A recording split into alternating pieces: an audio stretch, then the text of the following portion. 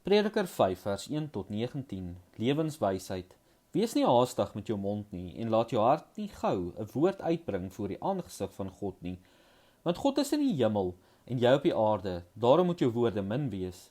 Want soos die droom kom deur baie drukte, so die gepraat van die dwaas deur baie woorde. As jy gelofte aan God gedoen het, stel nie uit om dit te betaal nie, want daar is geen welgevalle in dwaase nie. Betaal wat jy beloof.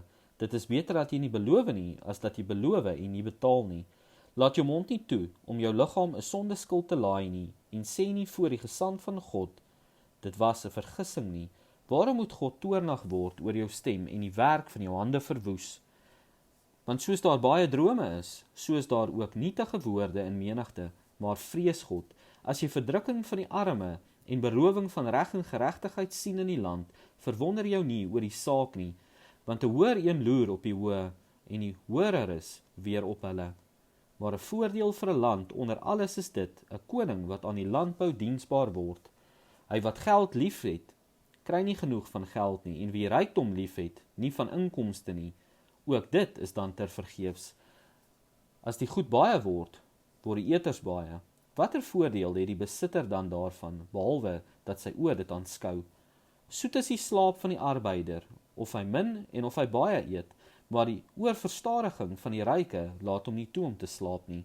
Daar is 'n smartlike onheil wat ek onder die son gesien het, rykdom wat deur sy besitter bewaar word tot sy eie ongeluk.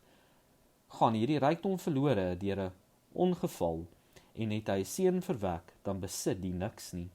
Soos hy uit die skoot van sy moeder uitgegaan het, gaan hy naak weer heen, soos hy gekom het, en hy sal vir sy moeitevolle arbeid niks wegdra wat hy met hom kan saamneem nie.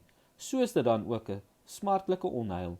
Net soos hy gekom het, so sal hy heen gaan. Watter voordeel het hy dan, dat hy hom vermoei het vir die wind? Ook eet hy sy lewe lank in duisternis, en het baie ergernis, daarby sy lyding en troon.